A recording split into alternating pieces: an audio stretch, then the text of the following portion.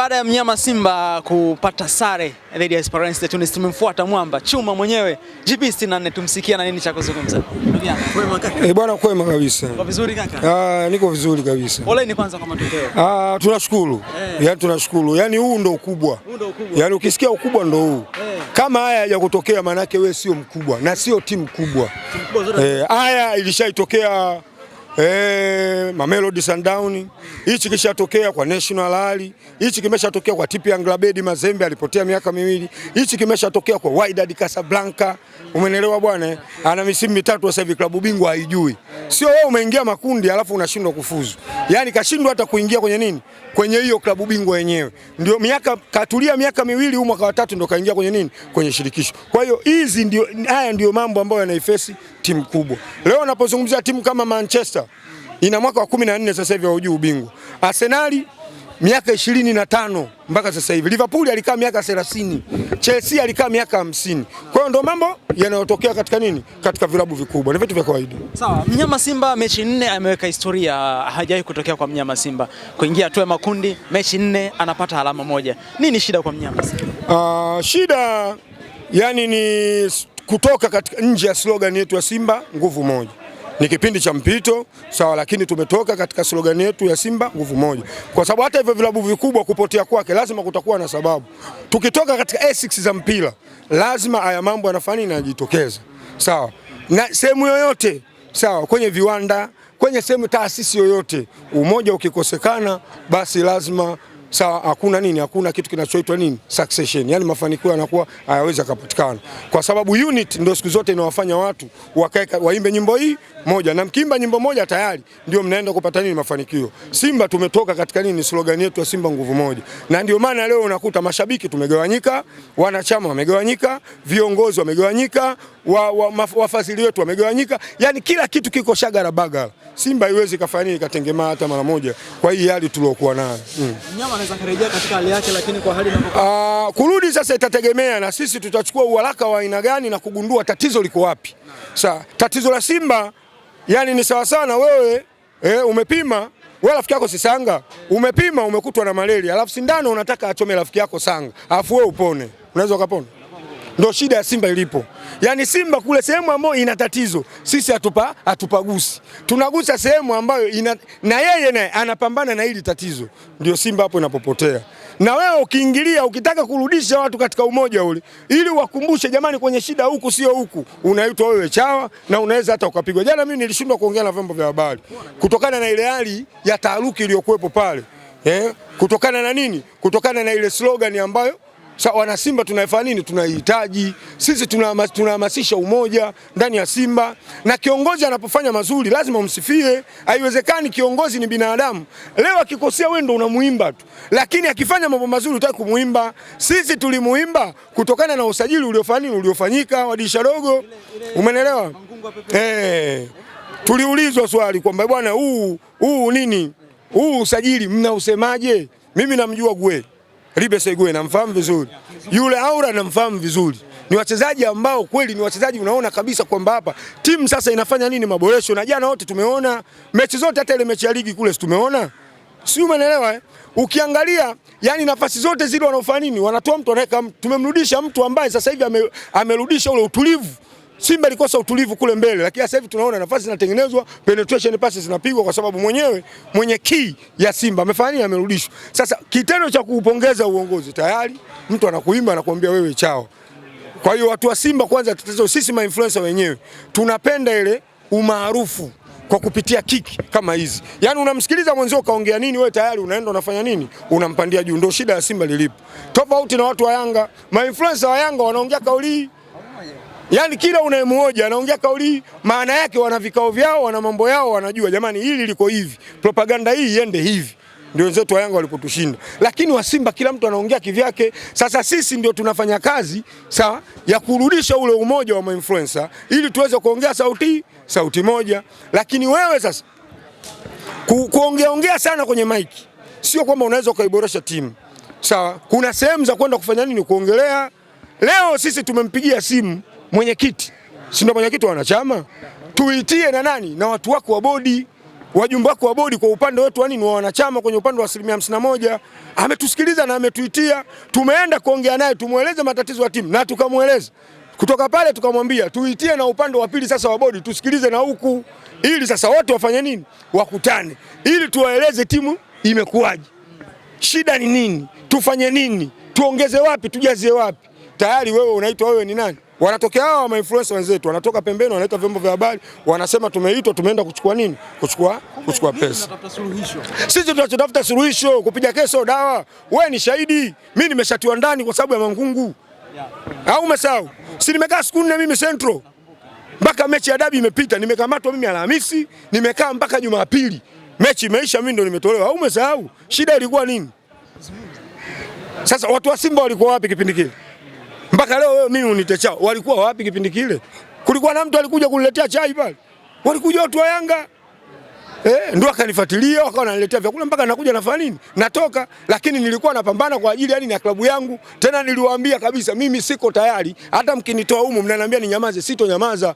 Yaani ni afadhali mniendelee kuniweka ndani, lakini tunachotaka Simba yetu ifanye nini? Nyoke. Timu kweli ikaja ikaboreshwa, nikaitwa na viongozi, nikasuluhishwa na Mangungu pale. Nikaelezwa uhalisia ulivyo Bunju pale. Wote tukawa tunaimba nyimbo moja na timu ikarekebishwa, tukafika finali. Timu ikashika nafasi ya pili kwenye ligi, tena tumecheza finali na Yanga, ndio tunanyang'anywa kikombe pale pale uwanjani. Lakini shida ya kupoteza ile mechi, ukiingia ndani kabisa ni mambo mengine tofauti na huyu bwana. Lakini wewe ukikaa ukiangalia matokeo, unajua Simba ina mambo mawili. Kuna wanachama, sawa? Kuna wanachama wanahitaji matokeo. Sio umeelewa? Alafu kuna wanachama wanahitaji maslahi ya Simba, kwa sababu maslahi ya Simba ndio itapelekea Simba ipate matokeo, yani ya mfululizo. Yani tutengeneze timu iliyokuwa imara, sio kwa sababu matokeo unaweza ukatafuta kwa njia yoyote. Sawa, unaweza mechi inachezwa ukaonga marefa, ukafanya hichi, ukafanya hujuma kwenye timu pinzani unaocheza na ukapata matokeo. Lakini je, uhalisia wa timu, tuangalie timu hii imetoka wapi? Hata Mungu anapomhukumu mja wake huwa mara nyingi anaweka kwenye mizani, ndio maana ukaambiwa rimidhona haki. Sio, umeelewa? Anaweka mabaya yako huku upande wa kushoto, mazuri yako upande wa kulia, anaangalia wapi palipoelemea. Sasa huyu mtu tunayemhukumu, hebu tuweke mizani sasa. Tuangalie mazuri ni yapi na mabaya ni yapi. Tusiangalie tu matokeo peke yake. Tuangalie vitu gani vingine vinavyofuatilia. Kwa mfano jana dakika 45 za kwanza Simba anaongoza 2-0. Tunaingia kipindi cha pili, Alassane Kante anatoa half pass. Kwa hiyo atakwambia Mangungu alikuwa anawasiliana naye, bwana toa nusu pasi hapo. Au Mangungu alishuka pale chini akaenda akamwambia Alassane Kante toa nusu pasi ili watu wafunge. Alifanya hivyo? Kwa ni uzembe wa wachezaji au zile emergency cases zilizotokea uwanjani, kuumia kwa Kagoma. Timu ilikuwa kwenye balance. Kitendo cha kuumia Kagoma na kuumia nani? Wilson Nangu ndio timu ilipopotea. Sasa Mangungu je, aliwaambia wale wajivunje? Au waliwatuma wale nani? Experience ni tu nisuumiza hao watoke nje. Sasa kuna vitu natakuwa wewe ukiongea unaambiwa wewe sijui nini, wewe sijui kitu gani. Lakini mimi ninachofahamu Mangungu anaingia madarakani. Sawa. Anaingia madarakani, alikuta Simba mkataba wa jezi ni milioni ngapi? Milioni 600. Sasa hivi mkataba wa jezi shilingi ngapi? Bilioni 6.87 hiyo. Si umeelewa? Mangungu ameingia Simba hapa, mkataba hapa ni milioni 800 si mpaka 900 SportPesa. Sasa hivi ni bilioni ngapi? 6. Sasa haya mbona hatuiangalii? Unasema hajaifunga Yanga. Zile goli 2 bila. Kigoma tunashinda ile pale. Nani kiongozi? Yanga tunafunga 2 bila hapo. Na tukambeba Mangungu. Kwa hiyo vitu vingine tusiangalie sana matokeo. Tuangalie jinsi gani tunaweza tukaijenga klabu yetu permanently. Si umeelewa? Ndio maana mimi kila siku nawaambia, kwanza wanachama wapi wafanye nini? Usajiliwe. Umeelewa? Na huu wanachama aliyezuia hawa upande wa wanachama wapi wasiingie ni nani 2017? Ni upande wa uwekezaji. Si umeelewa? Lakini Mangungu kapambana nao, sasa hivi tayari wanachama wapi muda wote wanafanya wanaanza kusajiliwa, na mkurugenzi wa wanachama ajira ishatangazwa, kesho kutwa anatangazwa. Akishatangazwa kadi zinaanza kutoka. Ndio vitu tulivyomtuma sisi Mangungu, na ndio ugomvi wangu mimi na ule bwana kila siku. Cha pili, wawekezaji tufuate maelekezo ya serikali. Imesemaje? Serikali inahitaji wawekezaji 3. Kwa nini tunganganie mmoja? Kuna nini hapa? Mangungu analifuatilia ile swala, katiba siku ile imetangazwa kwenye mkutano mkuu, maboresho ya katiba, tunatakiwa wawekezaji wao ngapi? 3. Na mwenyekiti wa bodi atoke upande wa Simba. Kwa nini mwenyekiti wetu upande wa wanachama 51% yeye ndo akawe kama mjumbe? Kwa nini asiwe ndo boss wa timu? Umeelewa? Awe na kauli. Lakini sisi tumengangania kumwandama Mangungu kumlaumu nani? Mangungu. Ye huyu Mangungu unaomlaumu, usajili anahusika? Kamati ya usajili ukiangalia yote wanaotoa fedha ni upande wa nani? Upande wa bosi.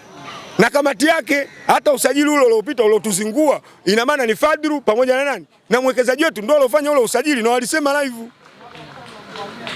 Mangungu kamsajili mchezaji gani? Nani anaweza kaniambia Mangungu kasajili mchezaji wa aina yoyote? Lakini ukisema unaonekana wewe chawa, lakini sisi hatukomi kwa sababu tunajua kwenye kuitengeneza Simba huu ndo usahihi. Si umeelewa? Yule anaendelea kutita sisi machawa, wanataka kutupiga waendelee. Lakini itafikia mahali tutachoka, tutakaa kimya. Umeelewa bwana? Tuangalie sasa hii Simba itafika wapi. Lakini kiuhalisia sisi kwenye shida. Yaani sisi tunapima malaria, tunakutwa tuna malaria, tunatakiwa tupigwe sindano. Sindano tunazikataa, tunaenda tunawaambia marafiki zetu ndio wachome sindano. Hatuwezi kupona. Sawa, tumaliza na hili hapa JBC. Sakata la Mangungu kufanyiwa vurugu pale. Kwanza umelipokeaje hili na tamko kutoka katika klabu ya Wekundu wa Msimbazi? Kwanza ni tunajizalilisha. Umeelewa? Kwanza tunajizalilisha. Mkutano mkuu upo. Si ulifanyika mkutano mkuu? Si hatumtaki Mangungu. Siku zile ilitakiwa yule hata kikao asiendeshe. Kama kweli tulikuwa tumuhitaji, tulikuwa tunahitaji mkutano wa dharura au kufanyika. Umefanyika mkutano mkuu, Mangungu sikaja. Pale pale anaingia nyewe mnaanza kuimba tumtaki Mangungu, hatumtaki. Vyombo vya serikali vipo, waandishi wa habari wapo. Itajulikana wana Simba wanahitaji nini. Lakini tumekaa tumetulia. Tumesikiliza, kaendesha kikao kimeisha. Wewe unarudi tena nje umtaki Mangungu. Unamtoaje sasa? Unamtoaje? Si umeelewa? Lakini walichoongea ni sahihi kwa sababu ile ni aibu.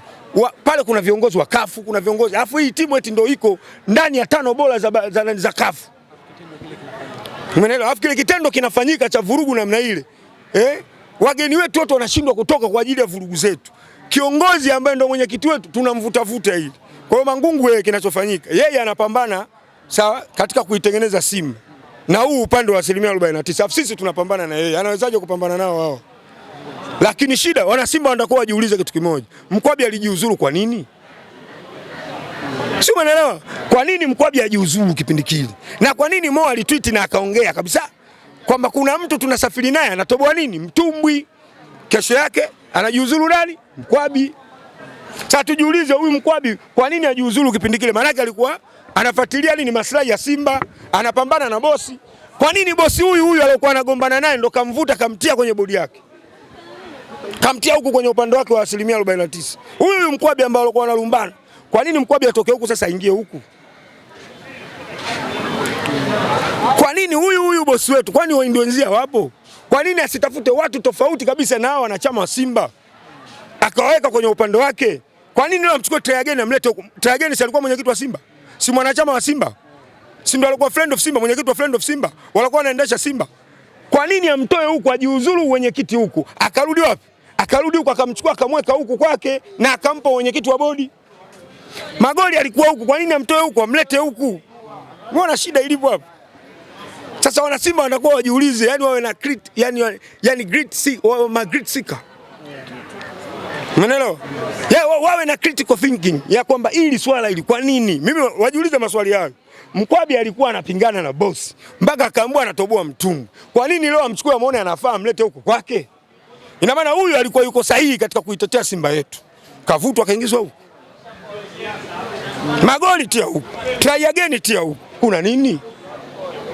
Wakishajiuliza maswali yakipata majibu watajua kwamba huyu mzee hana shida. Huyu mzee yuko katika kusimamia maslahi ya Simba. Mangungu hana shida. Sisi tulikuwa tunapiga kelele, tulikuwa hatujui undani. Lakini sisi baada ya kufanya naye kikao tumeelewa nini kinachoendelea. Tunaelewa nini kinachoendelea. Kwa hiyo tunafuatilia sasa hivi kiundani kuliko kuongea mara kwa mara. Kwanza tunajizalilisha alafu tunaiweka uchi klabu yetu. Na ndio maana mambo yetu sasa hivi yanatakiwa ende kimya. Kwani huko upande wa pili hakuna shida? Leo nikwambie sajili za Yanga ipi ile click ya dirisha kubwa? Umesikia kuna kelele? Kuna influencer wa Yanga yoyote katoka akakwambia kwa Makouma tumepigwa, Dombia tumepigwa, Andrew Boyle tumepigwa. So ameondoka kimya. Celestine kuwa tumepigwa, umemsikia? Kimya na wanaosifia usajili wao. Wameongea ndani, wamefanya maboresho, wameleta huku. Kwa hiyo sisi tushatoka tushakuwa wakubwa. Kwa hiyo sasa hivi na shida. Mimi nauita uongozi, tunahitaji kuongea nao. Tunamaliza, tunaweka mambo sawa na ndio maana tuliwaambia wachezaji wenye matatizo hawapambani. Mpira ni commitment. Wakaondolewa wachezaji 7, tumeleta wachezaji. Umeelewa? Lakini bado kuna wengine wanaendelea, kwa mfano kama la Hassan Kante unaona kabisa ni ujinga aliofanya. Umeelewa? Dakika 15 tu unamuona Kante anapoteza mipira, hayupo mchezoni. Umeelewa bwana? Lakini je, hawa watu waliokuwa kwenye benchi wanamshauri nini mwalimu? Umeelewa? Hii ni shida. Kwa hiyo shida sio nani, shida hata kwenye benchi la ufundi pale. Kuna watu pale wamekaa miaka mingi, wameizoea timu. Hawatoi ushauri mzuri kwa walimu wanaoletwa. Wanatakiwa wafanywe kazi, lakini si wote hao tuangalie. Sisi tumngangania mtu huyu. Nyimbo ni moja tu tunaoimba. Yaani tangu kipindi cha uchaguzi mtu bado Mangungu hafai. Tangu kipindi hicho cha uchaguzi alikuwa chawa wa upande fulani wa uongozi ambao wanagombania na Mangungu, basi kangangania hivyo hivyo. Lakini sio sawa. Tunaipeleka Simba chooni. Hivi kweli Mangungu angekuwa na shida miaka 4 timu inapotea, unatukanwa tu, unapigwa, unafanya nini kama jana vile alivyozalilishwa, lakini bado yeye anangangania. Wewe jiulize. Maana yake wanajua nikitoka kama alivyotoka Mkwabi, Simba hii inaingia wapi? Shimoni, na ndicho anachokitaka huko upande wa pili. Si umeelewa? Kwa hiyo mimi yangu ni hayo. Atakaye nitachawa nitake, mimi naangalia uhalisia. Simba shida sio Mangungu. Simba shida iko kwenye upande wa 49%. Na ndio wenye nguvu na ndio wanaoiendesha timu. Mangungu ana lolote anachokifanya. Usajili hausiki. Umeelewa? Hana mishahara analipa yeye. Kama mishahara imechelewa Mangungu anahusikana nini? Wanaotoa hela kina nani? Si umeelewa? Shida ndio iko hapo. Posho. Simba na Yanga tunaingia ile mechi ile tucheze tusicheze. Wachezaji walikuwa hawajapoa vyao. Mangungu anahusikana nini? Ana hela kuwalipa wale wachezaji. Tunalaumu tu bure. Lakini ukisema unaambia wewe chao. Kwa hiyo aendelee kutuita machawa. Lakini siku atakao yule mzee atakapotoka, wakijua kwamba ana shida, ndipo tutakapogundua tatizo liko wapi. Shukrani sana. Asante sana.